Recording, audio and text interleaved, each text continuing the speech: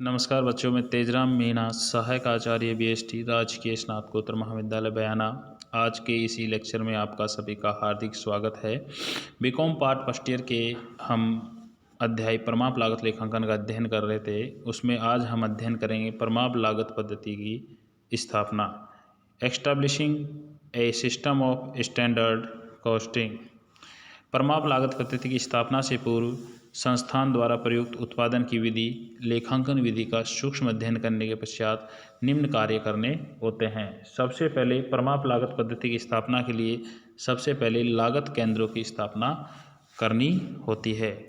लागत केंद्र क्या होते हैं? यानी लागत केंद्र से तात्पर्य एक स्थान या एक व्यक्ति या एक संयंत्र से है या इनके एक समूह से हैं जिसके लिए लागत निर्धारण की जाती है। यानी परमाप लागत पद्धति का प्रयोग करने से पहले लागत केंद्र की स्थापना करनी पड़ती है।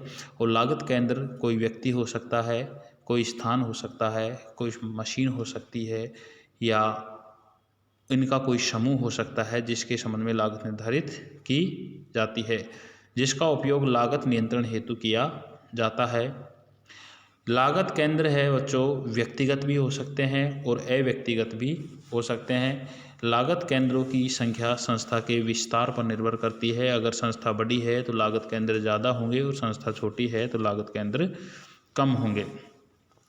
दूसरा है व्ययों का वर्गीकरण, यानी विभिन्न प्रकार के चिन्ह, नंबर और संकेतों का प्रयोग करके व्ययों को तत्वानुसार, कार्यानुसार, आचरणानुसार और नियंत्रणानुसार वर्गीकृत कर दिया जाता है।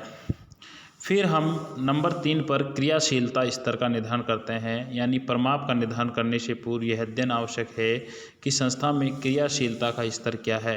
यथोचित अच्छी उत्पादकता की दशाओं को मानते हुए परमाप अवधि में कितना उत्पादन किया जा सकता है। भिन्न भिन्न उत्पादन स्तर पर प्रति इकाई स्थायी उपरिव्यय भिन्न भिन्न होगा। परमाप की प्रयोग अवधि, प्रयोग में लाने की अवधि के आधार पर हम निम्न प्रकार के परमापों का प्रयोग कर सकते हैं। पहला है मूल परमाप, दूसरा है प्रचलित परमाप, तीसरा है मिश्रित परमाप। तो मूल परमाप क्या होते हैं? यानी ऐसे परमाप किसी एक वर्ष की सर्वोत्तम या अपेक्षित परिस्थितियों के आधार पर का आधार मानकर लंबी अवधि तक उपयोग में लाए जाने हेतु निर्धारित कर दिया जाता है तथा जिसे बार बार नहीं बदला जाता। ऐसे परमाप उन्हीं दशाओं में उचित है जब एक उत्पादन लंबे समय तक चलता रहे या एक उत्पाद के निर्माण में अधिक समय लगे। व्यवहार में मूल परमापों का प्रयोग कम होता है।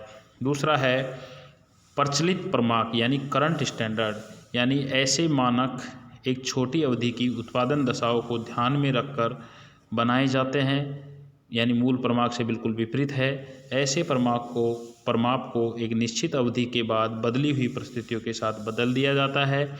ऐसे परमाप उपयोगी एवं पर्याप्त होने योग्य होते हैं। यह उन उद्योगों में उचित है जिनमें उत्पादन की दशाओं व कुल उत्पादन में परिवर्तन होता है। नंबर 3 पर हम अध्ययन करने जा रहे हैं मिश्रित परमाप, यानी कंबाइंड स्टैंडर्ड्स। ऐसे मानकों में उपरोक्त दोनों प्रकार के मानकों का लाभ मिल जाता है। मूल परमाप निर्धारण के अतिरिक्त प्रचलित परमाप का निर्धारण करके वास्तविक उत्पादन के पूर्व ही मूल परमाप व प्रचलित परमाप के अंतर को ज्ञात कर लिया जाता है। अब है परमाप के आधार। स्थापित किए गए परमापों की प्राप्ति सरल अथवा कठिन हो सकती है। परमाप निर्धारण में जिन सूचनाओं एवं आंकड़ों का प्रयोग किया जाएगा उसके आधार पर निम्न प्रकार के परमाप होते हैं। आदर्श परमाप, आइडल स्टैंडर्ड्स।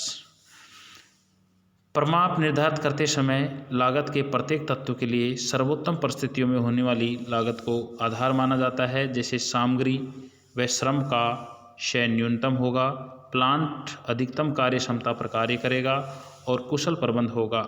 आदर्श परिस्थितियाँ व्यवहार में उपलब्ध नहीं होती, अतः आदर्श परमाप स्थापित करने से सभी क्षेत्रों में प्रतिकूल विचरण दृष्टिगोचर होते हैं और लक्ष्य न प्राप्त होने से उत्पन्न निराशा से मनोबल गिरता है। अतः ऐसे परमाप का प्रयोग बहुत कम होता है। अब है अपेक्षित परिस्थितियों पर आधारित प्रमाप, यानी ऐसे प्रमाप का व्यवहार में अधिक प्रयोग होता है। इससे मानक लागतों का निर्धारण इस आधार पर किया जाता है कि वर्तमान संयंत्र साधन तथा मानव शक्ति का यथासंभव कुशल उपयोग करते हुए कुशलता के किस स्तर की अपेक्षा की जा सकती है।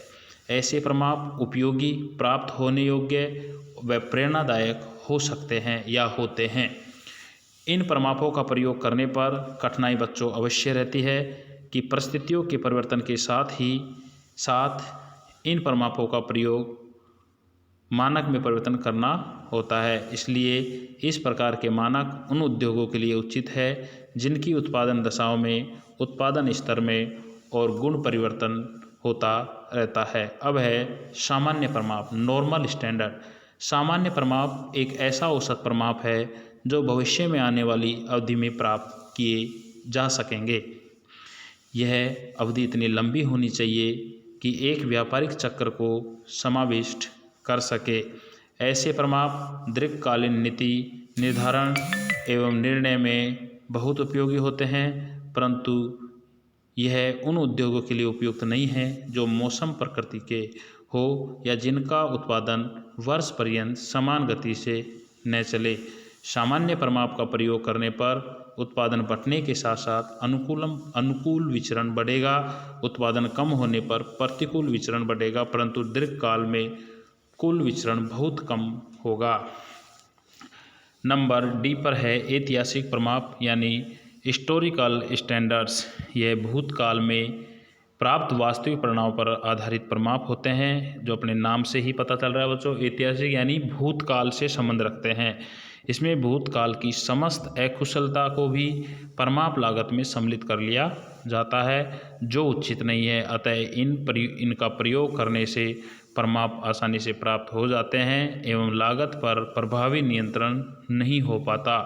ऐतिहासिक प्रमापों का प्रयोग अल्पकाल के लिए उस समय किया जाता है जबकि प्रमाप लागत की स्थापना की जाती है, क्योंकि इनकी गणना अपेक्षाकृत सरल होती है और बाद में इन्हें आधार पर प्रमाप स्थापित किए जाते हैं।